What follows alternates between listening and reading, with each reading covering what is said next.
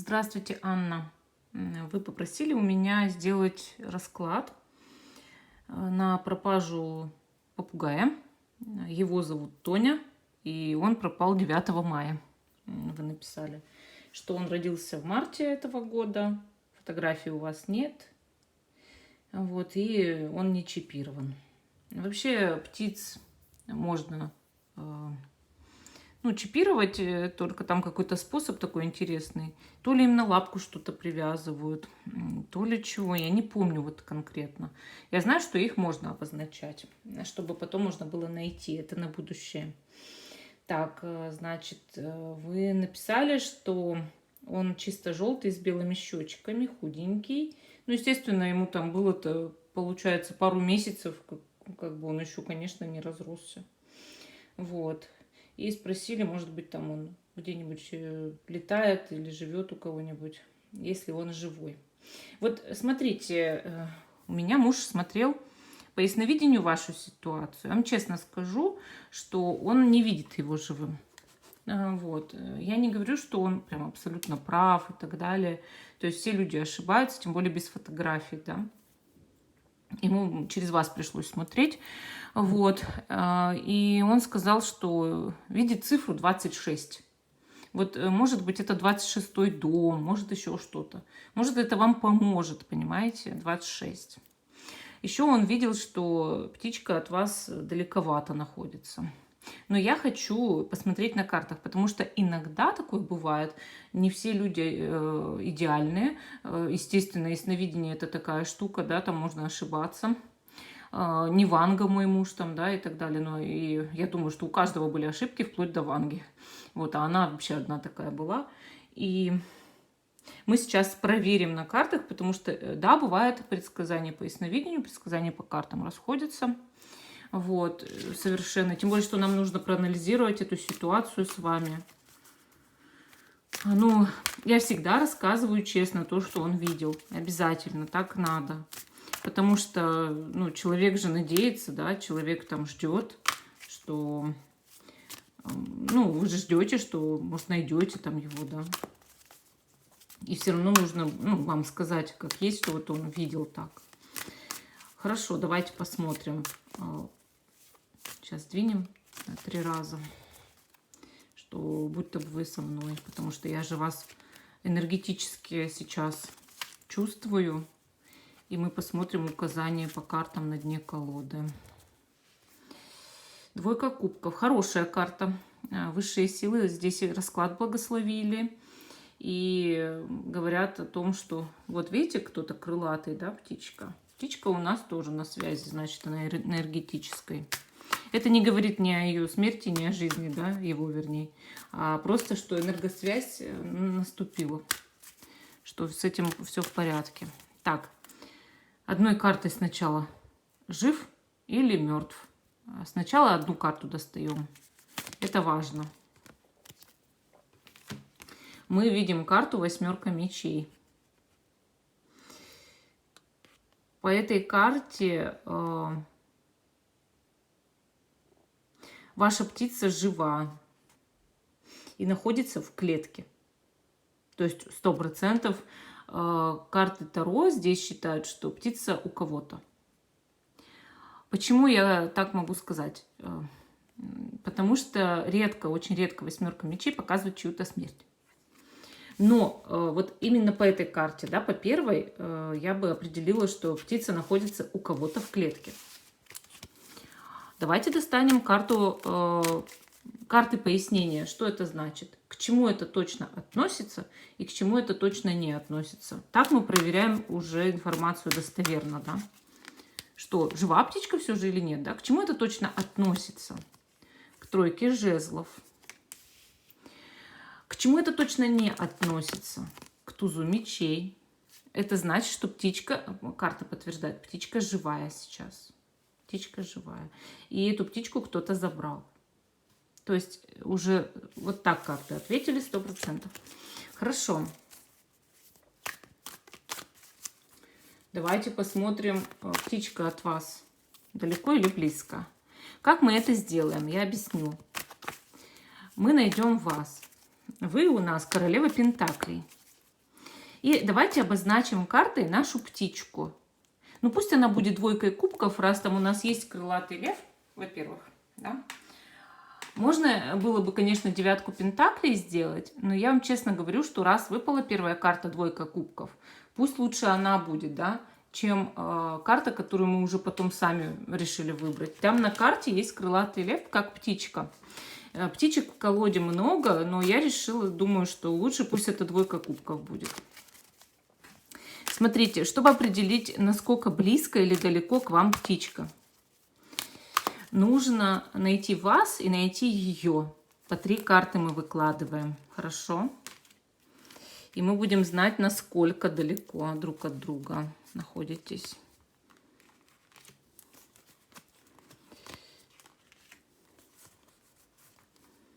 Сейчас немножко это времени займет, да? Вот видите, у нас здесь двойка кубков, видите? И сразу же видно двойка мечей и король жезлов. Вот. Что это значит?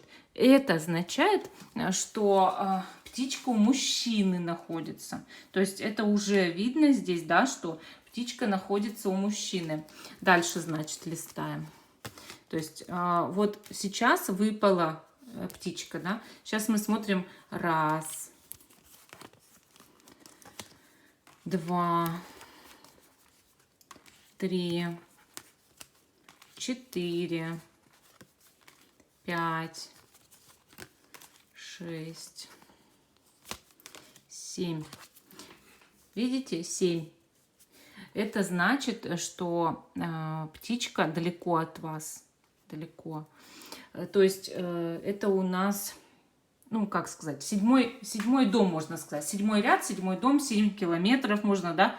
Можно вот так даже распределить, что вы можете на цифру 7 ориентироваться, чтобы понимать, по сути, где примерно она находится, да. То есть какое-то такое вот расстояние, довольно крупное, во-первых. Во-вторых, мы понимаем здесь, что птичка от вас в недоступности сейчас. То есть нет такого, чтобы вы пошли пешком и этого попугая бы нашли сейчас, Тоню, да. Вот такого нет сейчас. Вы не можете дойти так быстро, понимаете? Вот, поэтому я так скажу, что вам лучше всего, если даже вдруг вы его не найдете, вдруг, да, мы сейчас посмотрим, но хотя бы понимать, что он в клетке у мужчины, в каких-то надежных, да, более-менее руках и живой, судя по картам. Вот, мой муж, объясню, вот он когда смотрел по ясновидению, да, почему он видел, что он умер? Ну вот, например, вот как я могу предположить. Во-первых, помните, вы сами мне говорили о предвзятом отношении, когда говоришь, что птичка именно пропала, что попугай пропал. И ну, у человека не складывается. Во-первых, в мае, сейчас у нас октябрь. Во-вторых, ну да, там уже и холодно, и время прошло. И, мол, в большинстве случаев попугаи умирают, когда они пропадают из дома, и их не находят хозяева. Но ведь бывают везде исключения, да. И мой муж, может быть, вот он 26, это, наверное, номер дома, где ваш попугай находится, да. 7, это может быть 7-й дом, это далековато от вас, допустим, там, да, и как минимум 7 километров. И мужчина, и клетка, да. Но это не говорит о том, что там у моего мужа способностей нет или еще что-то. Может быть, он как-то вот подумал так, что, ну, не может быть он живой, например. Ну, не знаю. Хорошо, давайте посмотрим, ну, вот найдете ли вы его, этого попугая, или нет в будущем. Потому что хотя бы мы знаем, что он может быть живой, что он может быть у мужчины в клетке. Найдете ли вы его в будущем? 4 пентаклей, 5 мечей и 7 жезлов. Очень сложно найти, честно говорю. Ну, и оно логически даже понятно, конечно, но и технически. Вот смотрите, искать можно только с помощью объявлений, правильно? Вы, скорее всего, их подавали, учитывая, что вы обратились к тарологу.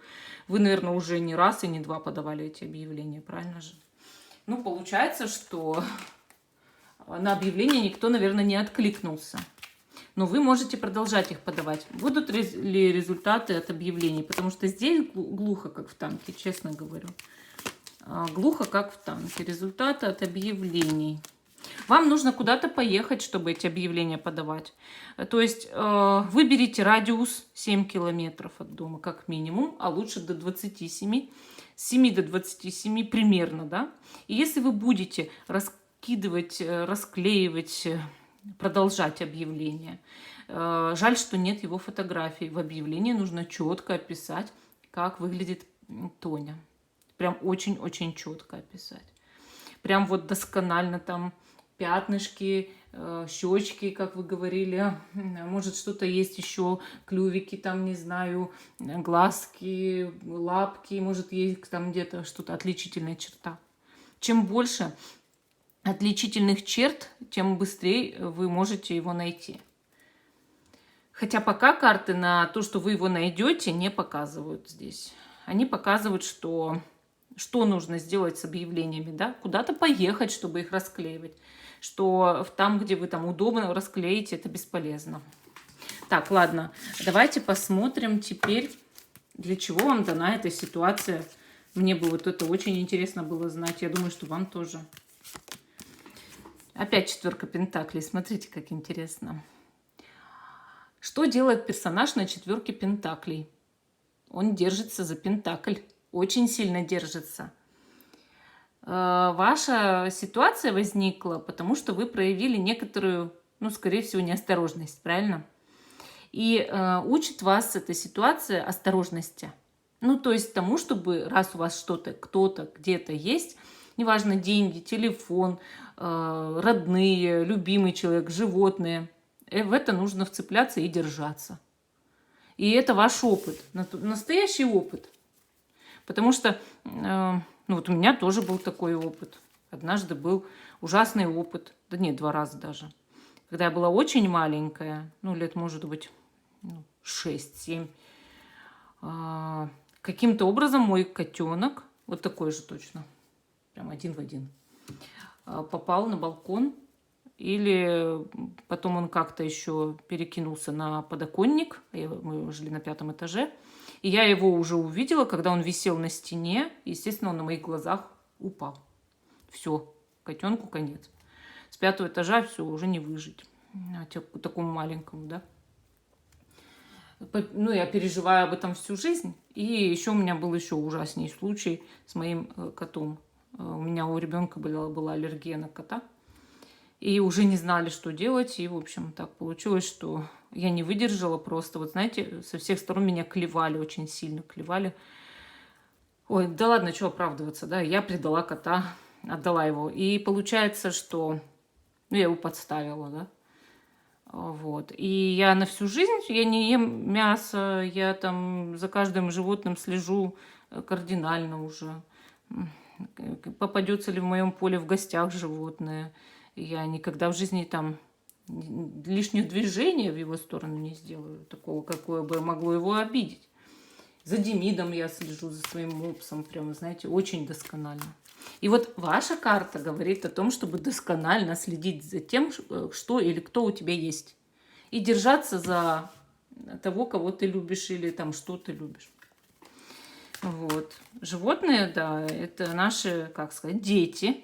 Дети, вот вы своего ребенка бы не потеряли, также вы не можете потерять свое животное. Вот прям воспринимайте, вот, как будто это ваш ребенок, что вы его не можете отпустить ни на шаг. Если вы уходите из дома, он должен быть что, заперт, конечно, все окна, все. Вот. Это вас история вот это учит, конечно, очень сильно. Один раз получилось и больше никогда не повторится. Хорошо, давайте посмотрим, что он хотел бы вам сказать сейчас. Его душа, да. 8 пентаклей. Рыцарь кубков. Отшельник. Он хотел вам сказать бы, что в жизни вот так получается, да, Его душа пришла к вашей душе, чтобы вы получили опыт. Это первое. Второе, он считает, ему очень хотелось куда-то полететь. Судя по рыцарю кубков, он шел по пути своего сердца. Ему очень хотелось, он хотел увидеть, видимо, что-то для себя. Вот. И отшельник, рядом с ним одинокий мужчина, скорее всего, в возрасте. Поэтому вряд ли он его отдаст, если честно. Отшельник, он сам по себе может быть одиноким и может не отдать просто потому, что ему, за это время птичка стала роднее, чем вам. Представьте, он у вас жил 2 месяца, а у отшельника уже май, июнь, июль, август, сентябрь и начало октября, сентябрь, 5 месяцев. Больше в 2 раза с половиной. Поэтому, может быть, вам стоит, знаете как, понять, если он живой, если он у кого-то в клетке, вы поищите еще для того, чтобы себя успокоить, но принять урок и вот так взять и сказать, будто бы вы его старику одинокому отдали, чтобы ему было не одиноко. Вот. Вот такой ответ вам сегодня дали карты.